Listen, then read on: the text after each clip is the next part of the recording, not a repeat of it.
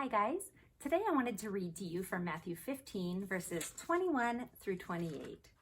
It says, "Leaving that place, Jesus withdrew to the region of Tyre and Sidon. A Canaanite woman from that vicinity came to him crying out, 'Lord, Son of David, have mercy on me. My daughter is suffering terribly from demon possession.'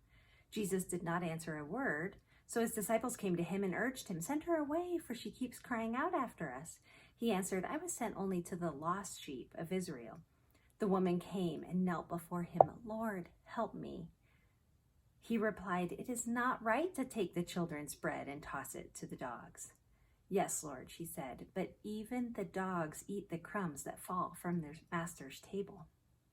Then Jesus answered, 'Woman, you have great faith. Your request is granted,' and her daughter was healed from that very hour." I like this story. If you know me in real life, maybe you know one small reason why I like this story. I love dogs. And so I was thinking about this story from the perspective, maybe not the entire thing that this story was meant to teach. Maybe we can talk about that a different day. But I was thinking about this from the perspective of being willing to be like a dog before my master and to relate to my Lord and Savior Jesus Christ in that way. And what would that look like to be like a dog? And so I love my dog Spike. Oh, he is such a sweet, sweet dog. And there are a few things I've learned about my relationship with God from my dog Spike. All right. So no, I'm serious. This is really what we're talking about today. So this is what we're going to do. The first thing, what I learned from my dog Spike about my relationship with God is his devotion to his master.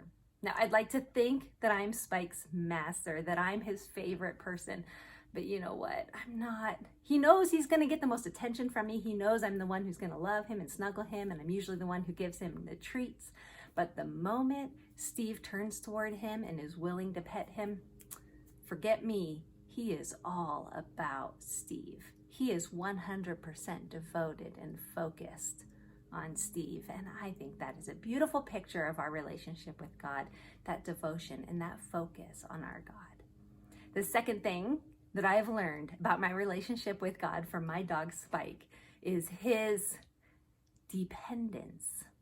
You see, of course, he's a dog. He's dependent on us for his food, for getting outside, for having a good day, for getting any attention or any love, and he knows it.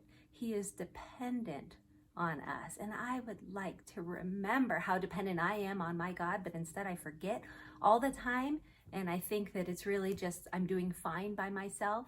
And then I turn to God in my desperate moments. Well, I want to remember to be dependent on my God every day. And then the last one is his delight. We recently switched my dog's food only because we got some free food from somebody and thought we would just mix it in. He is so happy about his new food. He is so happy when he gets to go for a walk.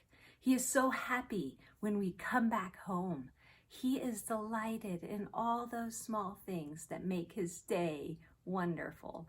And I would like to have that same delight in the world around me, to notice the beautiful things, to not get caught up in the hard things, the coronavirus, the masks, the struggles, the hard things, and instead remember every day to delight in the beautiful gifts that God has given us, the flowers, the birds chirping, a sweet moment with my kids.